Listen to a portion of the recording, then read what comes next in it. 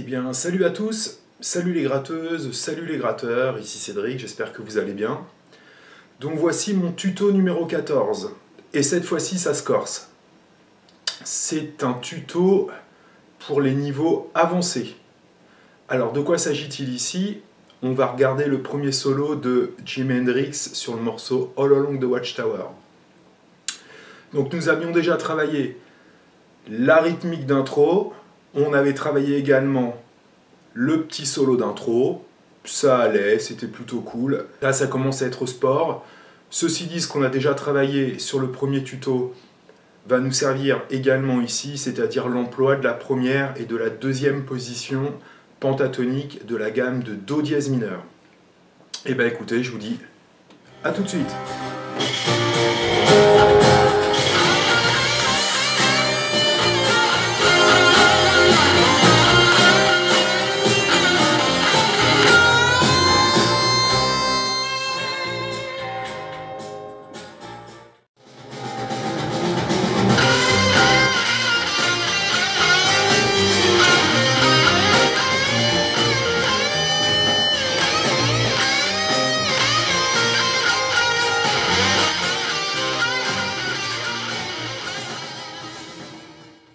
Alors je rappelle donc la tonalité, Do dièse mineur. Nous avons vu les accords d'introduction qui se jouaient ici. Do dièse mineur, le Si et le La. Pendant tout le couplet et même pendant tout le morceau, les accords qui étaient là, on va les transposer ici. Do dièse mineur, Si et le La. Par exemple, on pourrait faire Do,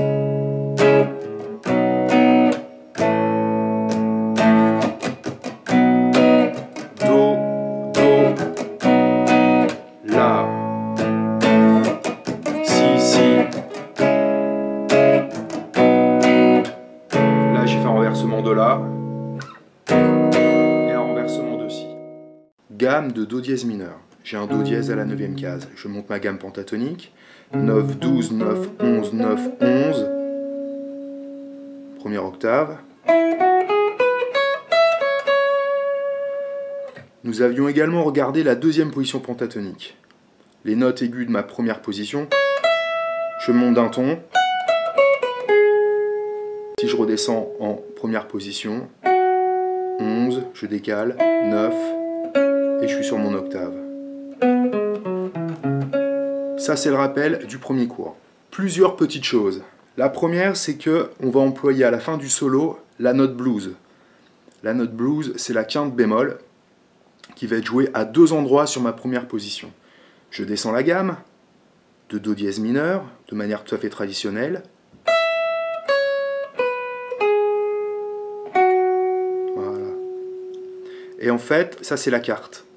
La quinte bémol va être située un demi-ton au-dessus. Je continue à descendre ma gamme. J'ai mon octave, ma quinte, entre les deux, quinte bémol, quarte, tierce mineure et octave. Quinte bémol, quinte bémol ou note blues. Ce qui fait que cette gamme, maintenant, au lieu de l'appeler pentatonique, quand on lui ajoute la quinte bémol ou la note blues, on l'appelle la gamme blues. Le deuxième point important pour jouer ce morceau-là, ça va être les liaisons. C'est-à-dire qu'on ne va pas tout attaquer. Voilà. On va utiliser des pulling off essentiellement. Donc par exemple, sur ma corde de sol, si je fais 11, 9, 11, je conclue ici sur ma fondamentale, je pourrais faire un pulling off. Pulling off, c'est-à-dire que je n'attaque que ma première note, et là je presse vers le bas pour que cette note-là m'échappe. Un petit mouvement vers le bas pour lui donner une accentuation. Voilà. Également sur la corde de Si. Si je fais 12-9 en attaquant, je vais la glisser un pulling off. Même principe. Ce ce doigt-là doit tirer la note par le bas pour faire entendre celle-ci. Voilà. Et si maintenant je cherche à faire un pulling off sur la corde de Si et ensuite la corde de Sol, pareil, de 11 à 9 sur la corde de Sol. Donc un bon exercice serait essayer de faire la descente de la gamme tout en pulling off. Je tire, corde de Si, corde de Sol.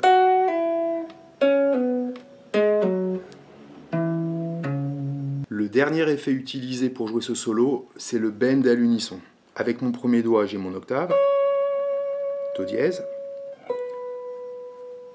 Avec cette note-là ici, j'ai, avec un bend, j'ai également mon octave. On va attaquer ces deux notes-là, ce qui crée une dissonance. Mais en montant avec ce doigt-là, je vais arriver à la bonne hauteur. Et je monte jusqu'à la bonne hauteur.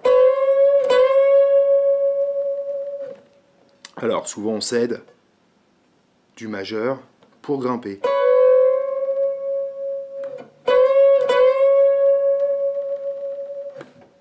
Et on vibre derrière. Le solo comporte 8 mesures. Alors première mesure, la difficulté commence, le bend à l'unisson, donc comme on a vu à l'instant. Et on va l'attaquer sur Do noir.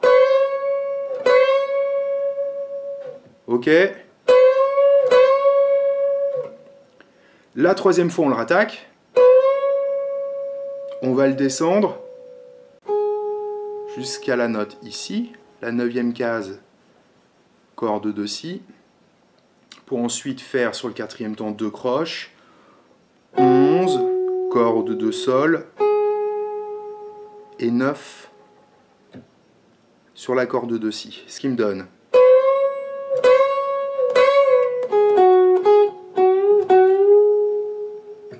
et je conclus sur la mesure suivante avec 2 bends à la 11e case. Ensuite, on va laisser sonner cette note-là 2 temps, ce qui nous amène au 4e temps de la 2e mesure. Et là, donc, on va faire un petit pulling off de 11 à 9 sur la corde de Sol. Et je conclus sur mon octave ici. Ok, je résume ces 2 premières mesures.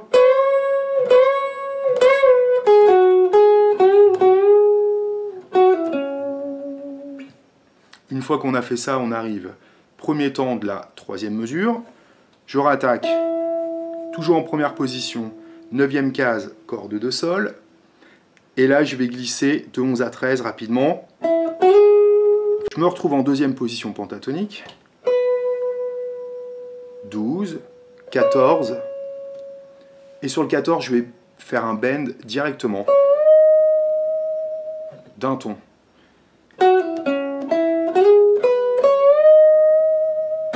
Ce bend là va durer un temps, donc bend dans l'air, je le descends et je le lis à ma 12e case. Et je vais rattaquer ce bend là. Donc là on a vu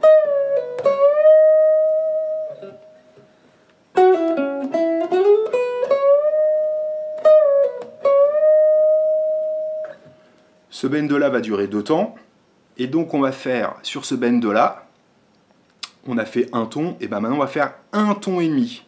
Donc un ton et demi, je la refais, je vais descendre et je vais remonter direct. Alors évidemment la distorsion aide pour avoir du sustain. En gros ça va donner, et derrière je vais rattaquer à nouveau cette note là, ce qui va me donner ce dernier bend d'un ton et demi.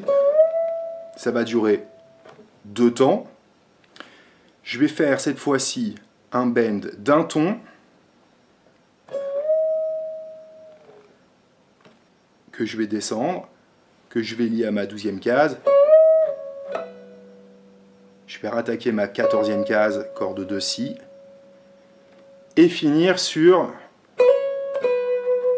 Je vais essayer de rejouer ça tout de suite.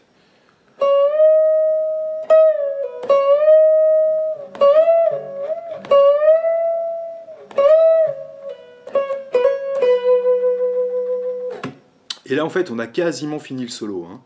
Il nous reste une grande dernière phrase que je vais vous jouer tout de suite, qui démarre sur le 3e temps. Donc je reviens en première position pentatonique, je vais glisser de 9 à 11, en croche, 1, et 9e case corde de sol, 4e temps, je bend, ça c'est mon 4, le et de mon 4, en fait là je fais un plan à la Chuck Berry, le et de mon 4, 9e case corde de si, premier temps suivant, ici, ce qui fait que ma phrase là va donner 3 et 4 et 1, donc j'ai fait mon petit barré, hein.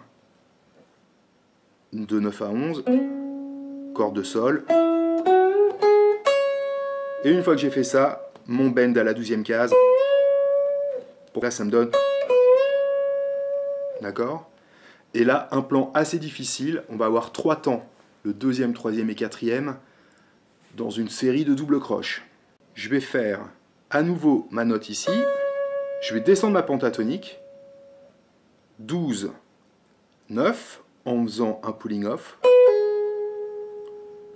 corde 2, sol, 11e case, je monte, plan à la Chuck Berry, ce qui me donne, je refais à nouveau pulling off de 12 à 9, corde 2 si, et là un triple pulling off, blue note, on en a parlé tout à l'heure, 12, 11, 9, et je vais faire une triple liaison, c'est-à-dire j'attaque ma première note, d'accord, je refais, avec les pichenettes vers le bas, pichenette pour entendre cette note-là, pichenette pour entendre cette note-là, jusqu'à mon octave, et il me reste 2 notes et j'ai fini mon solo, sur le premier temps de la mesure suivante, bend à la 11,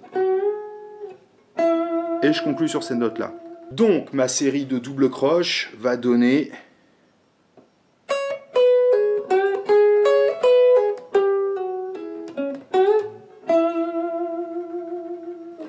ok, j'essaye de résumer toutes les phrases.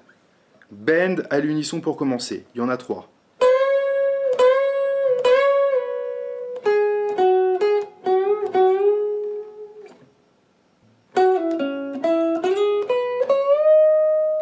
J'attaque en l'air.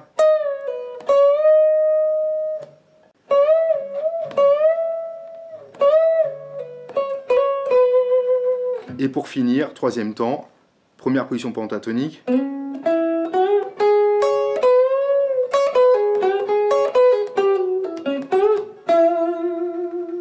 Donc je vais vous le jouer à 70 et 90. Bon courage. 1, 2, 3, 4 et...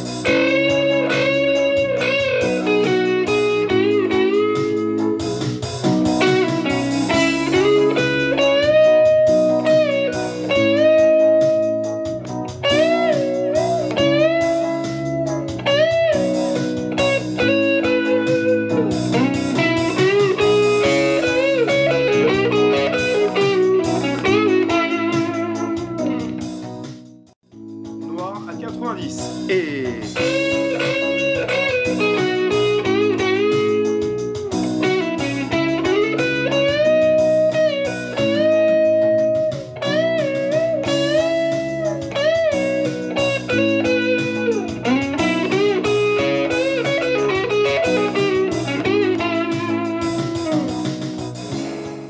Oulala, ça commence à se corser, hein. J'espère que vous avez réussi à comprendre un petit peu les principes du jeu d'Hendrix. Je voulais jouer à 70, à 90, vous avez la démo à 112 également.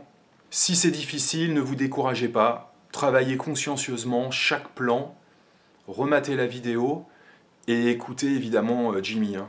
Ça nous a permis donc de travailler plein de choses sur ce morceau-là, on ne l'a pas travaillé en intégralité, sans doute très prochainement le 2e solo. Voilà, à plus tard, salut!